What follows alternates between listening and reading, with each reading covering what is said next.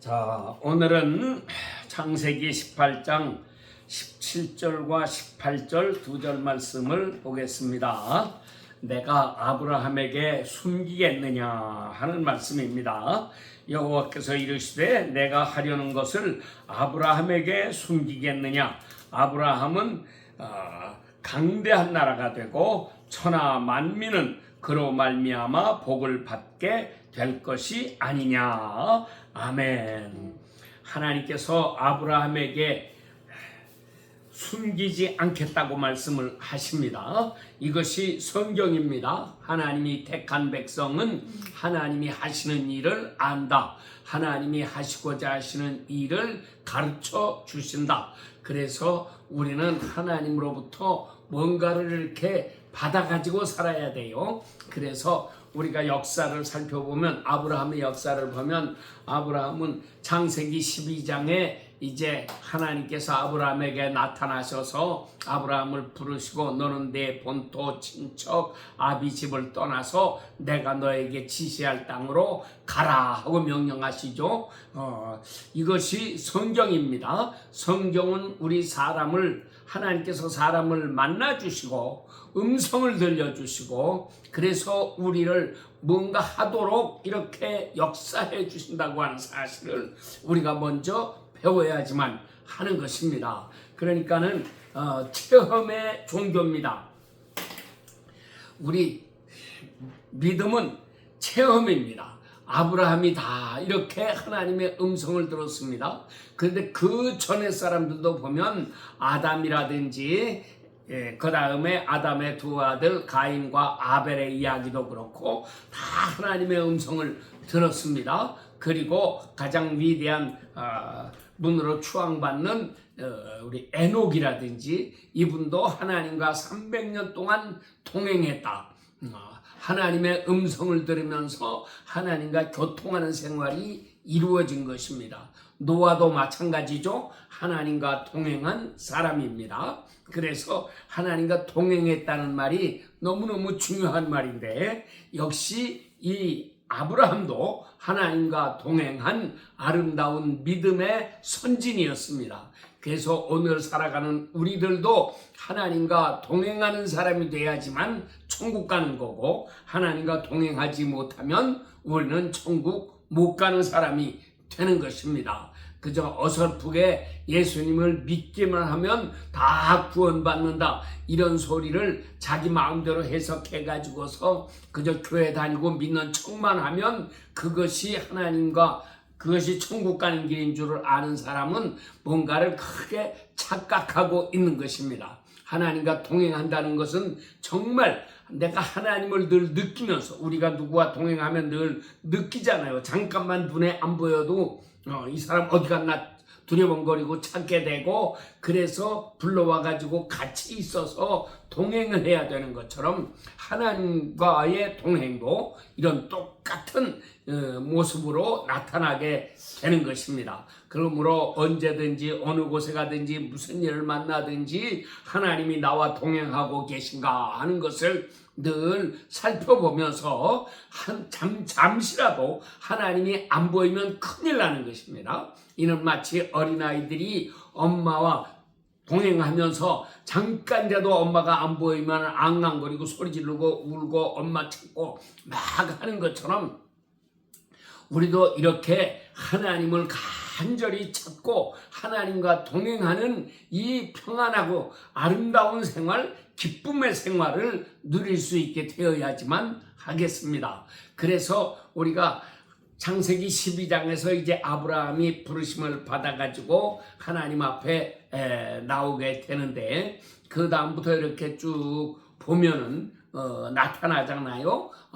그래서 12장에서 이런 일이 있었고 12장에서 또 하마터면 아내를 잃어버릴 뻔도 하는 이런 얘기도 나오고 이렇게 이야기들이 계속되어지지만은 이제 14장에 가면은 5나라와 4나라가 싸움을 하는, 전쟁하는, 거기에 롯이 잡혀가죠. 그래서 그 소식을 듣고 아브라함이 자기의 군사 318명 데리고 쫓아가서 적의 왕을 죽이고, 그리고 롯을 구해내고 함께 잡혀갔던 사람들을 다 구해내는 이런 역사를 이루는데, 이때에도 아브라함은 하나님 앞에 기도했을 것이다. 하나님, 내가 갈까요 말까요?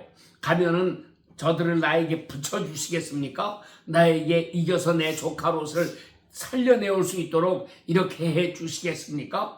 다 묻고 하나님의 허락을 받아가지고 그렇게 해서 가서 아브라함은 조카 롯을 구해낸 것입니다. 그러니까는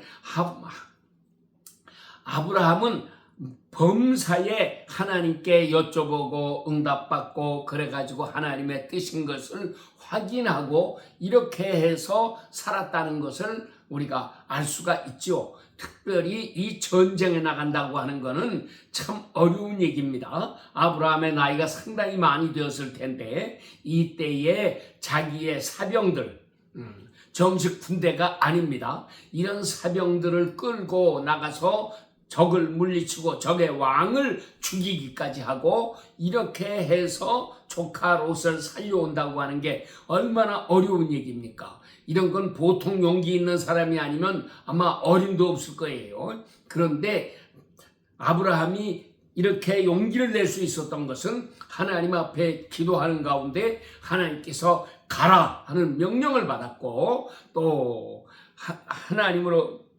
하나님께서 승리를 주시겠다고 하는 약속을 받았고, 그러니까 믿음을 가지고 담대하게 나가서 이렇게 적을 물리치고 조카를 구해내올 수 있었던 것입니다. 이것이 이제 14장인데 그래서 멜기세덱을 만나가지고 멜기세덱이 저에게 축복해주는 이런 이야기까지 상상도 못했던 놀라운 복을 이렇게 받게 되는 것입니다. 15장에 넘어가면 하나님께서 아브라함을 불러내시죠. 아브라함아, 이 바깥으로 나와라. 그래가지고 바깥에 나갔더니 얼굴을 들어서 저 하늘의 별들을 봐라 하시면서 내 자손을 저 하늘의 별들과 같이 많이 되게 이렇게 해 주시겠다. 이런 엄청난 약속을 하십니다. 이때에는 아직 사라가 이삭을 낳지 못했던 때였고, 심지어는 그때는 이스마엘도 낳지 못했던 그런 때입니다. 나이는 많아졌는데 아직 자식이 하나도 없는 이런 때에 하나님께서 약속을 주시는데 그 약속을 아브라함은 그대로 믿었습니다. 중요한 건 이제 이것이죠. 하나님이 약속하실 때에 그 말씀을 내가 달게 받는 것, 믿음으로 받아들이고 의심하지 않는 것, 이런 믿음의 사람이 될 때 하나님께서 그 약속하신 것을 이제 다 이루어 주신다고 하는 것입니다. 그러니까 우리가 하나님을 믿는다고 하면서 먼저 하나님의 약속을 받은 사람이 돼야 돼요. 그래서 성경은 구약과 신약, 약속의 책입니다. 약속하시는 하나님, 그 약속하시는 하나님의 음성을 듣는 사람이 되고 이 약속이 이루어지기까지 쉽게 낙심하지 말고 흔들리지 말고 하나님 말씀을 잘 지켜나가면서 하나님께 순종하는 생활을 잘하는 이 아름다운 백성들이 다 되어야지만 하겠습니다. 자, 이렇게 해서 14장이 되고 그 다음에 이제 15장에는 별 같은 자손 이렇게 주신다고 그랬고 17장 가면 할례의 약속을 하시죠. 이것도 할례를 다 받아라. 하나님의 명령을 받아가지고 할례를 행하고 할례를 다 받습니다. 그래서 이스마엘은 아브라함이 할례 받기 전에 낳은 자식이고 이삭은 아브라함이 할례 받은 후에 낳은 자손이 되는 것입니다. 이렇게 해서 하나님의 약속의 자손은 이런 방식으로 이루어진다. 그러므로 우리가 예수님을 믿어도 정말 구약에서는 할례라고 말했고 신약에 와서는 세례라고 이렇게 얘기하게 되는데 이 세례가 또 예수님이 십자가에 못 박혀 돌아가시고 부활 승천하신 후에는 성령 세례를 말씀하는 거죠. 인간적인 물 세례 받는 그것이 중요한 게 아니고 그런 세례는 받거나 안 받거나 별로 중요한 거 아닙니다. 성령 세례를 받은 사람이 되어야지만 하는 거죠. 그래서 우리가 지금 우리는 성령 세례를 충만히 받아야 되고 이렇게 성령을 받아야 천국 백성이 드디어 되는 것입니다. 나중에 모세 때에 백성들을 이끌고 애굽에서 나와 홍해를 건너게 된 것을 가리켜서 사도 바울은 설명합니다. 이것이 구름과 바다 가운데서 세례를 받은 것이다. 이렇게 설명하고 있지 않습니까? 그래서 우리의 신앙생활이 이렇게 성령으로 거듭난 사람이 되고 세례받은 사람이 되고 그래서 하나님을 영화롭게 하면서 살아가는 새 사람으로 변화를 받아야지만 하는 것입니다. 자, 이렇게 해서 이제 16장에 가서는 이스마엘 쫓아내는 이야기가 나오죠. 그랬다가 다시 받아들이고 그 다음에 다시 이삭을 낳은 후에 나중에 다시 쫓아내는 이제 이런 얘기가 나오게 되는데요. 22장에서는 하나님께서 모리아 산에서 이삭을 번제로 드리라고 말씀하시죠. 그런데 이렇게 제가 얘기하려고 하는 거는 아브라함은 하나님의 음성을 듣는 사람이 되었다고 하는 거예요. 그래서 하나님의 음성을 들으니까 하나님께서 나에게 무엇을 명령하시는지를 알고 그대로 순종하는 삶을 살아왔다 하는 것이고요. 또 우리가 하나님의 말씀을 들어야 그 가운데에 놀라운 비밀이 나타나는 거죠. 그래서 소돔과 고모라를 멸망시킬 때에도 하나님께서 아브라함에게 다 가르쳐 주시고 그래서 아브라함이 자기 조카 롯을 생각하면서 하나님 앞에 기도하지 않습니까? 저 소돔성에도 의인들이 많이 있을 텐데 의인이 50명이 있다고 해도 멸망시키실 겁니까? 라고 물어가지고 이 50명이 줄어들어서 10명까지 내려왔는데 결국 의인 10명이 없어서 소돔은 멸망당하고 불벼락으로 멸망당했지만 그러나 그런 가운데서도 하나님은 아브라함을 생각하시고 롯과 그의 가족들을 건져내는 이 아름다운 일을 이루셨다 하는 것을 우리에게 가르쳐 줍니다. 여하간 가장 중요한 것은 우리가 예수님을 믿는다고 하는데 그냥 형식적으로 믿는다고만 하고 다니지 말고 진짜로 믿는 체험을 가지고 하나님 만난 확실한 체험을 가지고 하나님과 교통하면서 살아가는 사람이 되어야지만 한다고 하는 것이죠. 그래서 아브라함의 생애가 어떠했나? 이삭은 어떻게 하나님을 만나고 하나님과 동행했나? 야곱은 어떻게 했는가? 요셉은 어떻게 했는가? 창세기에 나오는 이 위대한 신앙의 용사들의 삶을 생각하면서 우리도 그들과 같은 이런 그 체험을 가지고 하나님을 섬기는 사람이 되어야 합니다.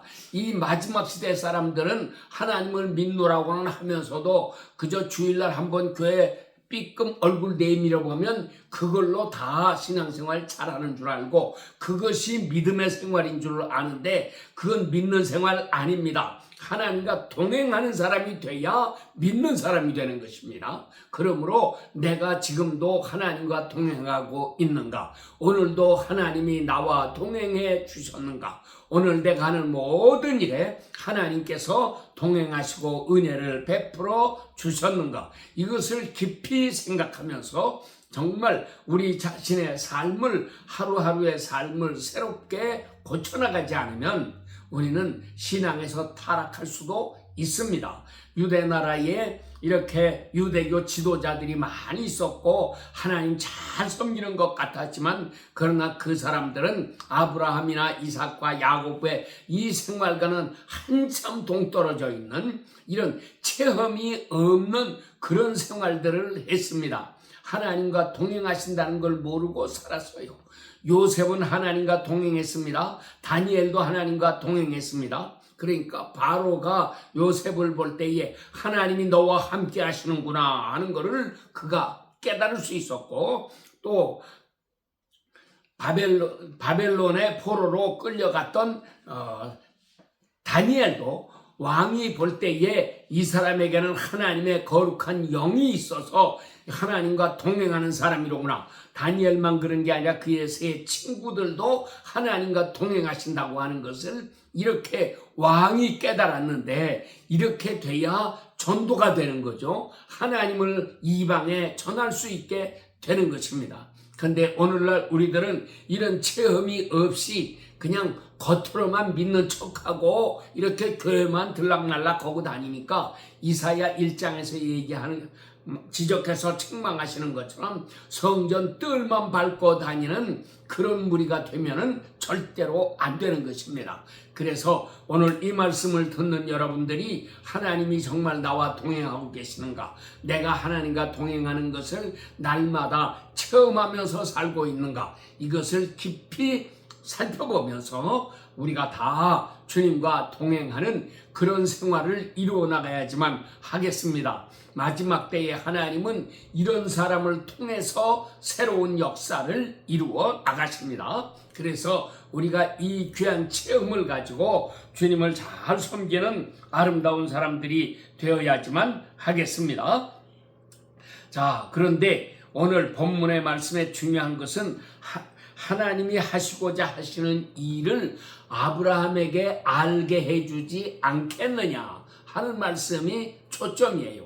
그러니까 하나님이 하시는 모든 일을 하나님은 당신의 종들에게 알게 해 주신다는 것입니다. 아브라함만이 아닙니다. 오늘날의 모든 하나님의 참된 종들에게는 반드시 하나님이 하시는 일을 알게 해 주시는 것입니다. 노아 시대에 홍수를 내리시기 전에 하나님은 노아에게 나타나셔서 홍수를 내릴 것이니 너는 방주를 지어라 명령하셨어요. 그래서 우리가 보통 한 100년 걸렸다고 그러죠. 방주를 만드는데 이렇게 오랜 세월 동안 아무런 기술도 없고 상식도 없는 사람이었지만 노아는 하나님의 명령을 받아가지고 산에 가서 나무를 하고 이거를 다 잘라서 그래서 배를 만들려고 할 때 얼마나 어려웠겠습니까? 그렇지만 저가 하나님과 동행하면서 범사에 하나님 이거를 어떻게 해야 됩니까? 여쭈어가면서 이렇게 해서 하나님이 명령하신 대로 규격에 맞도록 이렇게 방주를 만들어서 여기에 또 나중에는 짐승들까지 다 잡아서 이 속에다 넣어가지고 짐승도 새도 이렇게 해서 다 살아나도록 해나가지 않았습니까? 그러니까 우리가 지금도 똑같은 것입니다. 그러니까 예나 이제나 우리 앞에는 마지막 대환난의 시대가 다가오고 있습니다. 이러한 때에 우리가 어떻게 살아날 것인가? 그래서 어떤 사람들은 우리는 환난을 당하지 않고 반짝 들러 올려져서 공중에서 7년 동안 그리스도와 혼인잔치를 하고 아래에서는 이렇게 대환난으로 인해서 세상 사람들이 다 전멸하게 될 것이다. 이런 식으로 가르치고 있는데 이건 다 새빨간 거짓말입니다. 우리가 절대로 그런 소리에 속으면 안 됩니다. 하나님은 우리를 지켜주십니다. 우리에게 놀라운 은혜를 베푸시고 우리 걸음을 인도해 주십니다. 이렇게 해서 우리가 하나님과 함께하는 사람이 되어서 환난을 이기고 모든 시험에서 하나님께 영광 돌리며 살아가는 사람 되고, 이 환난 때는 바로 대추수의 기간이기 때문에 우리 특별히 한국의 크리스찬들은 전 세계로 나가서 추수꾼들이 되어서 복음을 그때는 전하기만 하면 환난 때이기 때문에 전하기만 하면 믿는 사람들은 다 이렇게 돌아섭니다. 물론 반대하고 안 믿는 사람들도 많이 있겠지만, 그러나 지금보다는 훨씬 더 열매가 많이 이루어질 것입니다. 그래서 하나님께서 이런 역사를 이루셔서 우리가 마지막 때의 대추수꾼으로서 하나님의 이 남은 사명을 다 다 잘 감당하는 이런 아름다운 역사를 이루어 나가야지만 하겠습니다. 그런데 자 보세요. 하나님께서는 다 가르쳐 주십니다. 그래서 노아 홍수 때도 가르쳐 주셨고 소돔성 멸망시킬 때도 미리 가르쳐 주셨고 이렇게 해서 아모스 3장 7절에는 하나님께서는 당신이 하고자 하시는 하나님의 그 비밀을 당신의 종 선지자들에게 먼저 알려주지 아니하시고는 결단코 행하심이 없느니라. 이렇게 말씀을 하고 있어요. 그러니까 이왕이면 너나 나나 우리가 다 정말 하나님의 음성을 듣는 사람이 되어서 이 마지막 때에 하나님이 어떤 일을 이루려고 하시는가 그것을 알고 기도하는 사람이 되어야 하고 뿐만 아니라 우리가 하나님의 음성을 듣고 이 세상 무지한 백성들을 바른 길로 인도해서 안전한 곳으로 인도하고 구원의 길로 인도하고 저들을 다 구해내는 이 아름다운 역사를 계속해서 이루어 나가야지만 하겠습니다. 여러분들이 다 이런 은혜의 자리에 나아가도록 이렇게 복을 받아서 새 역사를 이루시게 되기를 축원합니다. 아멘. 그런데 문제는 이렇게 우리가 하나님의 계시를 받아서 움직이고 하는 것이 척척 이루어지는 일 같으면 누가 걱정을 하겠습니까?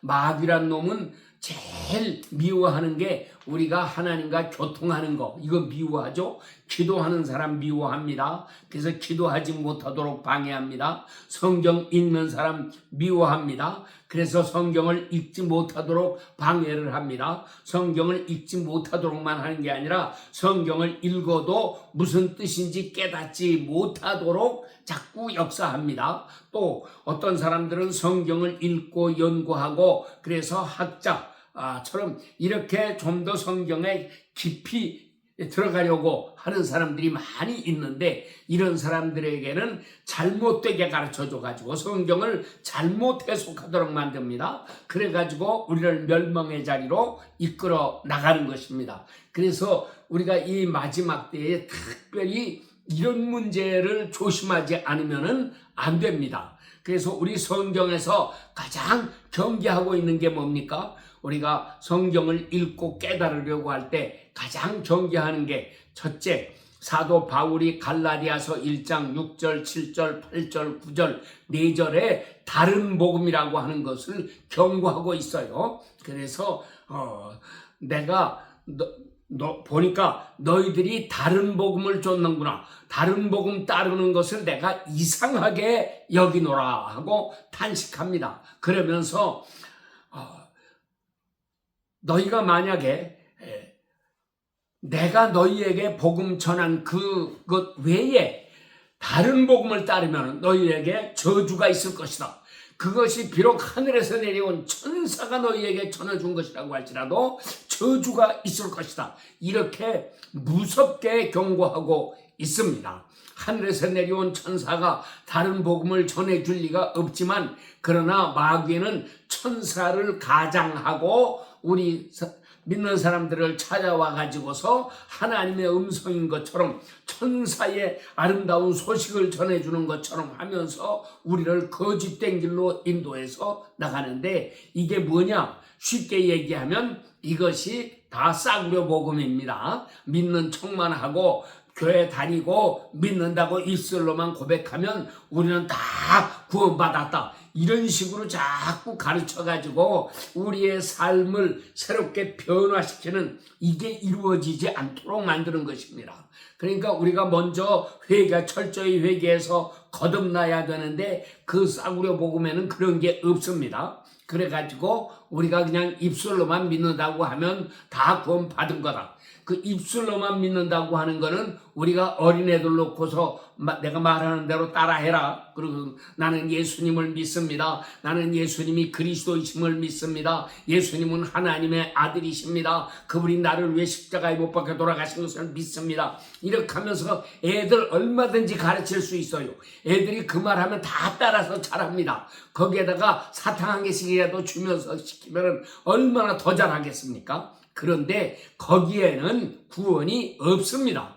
정말 내가 마음으로부터 믿고 마음에서부터 변화가 일어나야지, 이런 변화가 없는 내적 변화가 일어나지 않은 상태에서 입술로만 말하는 것은 사실은 전부 거짓된 거고 속임수인 것입니다. 그래서 우리가 이런 속임수에 넘어가면은 절대로 안 되는 것입니다.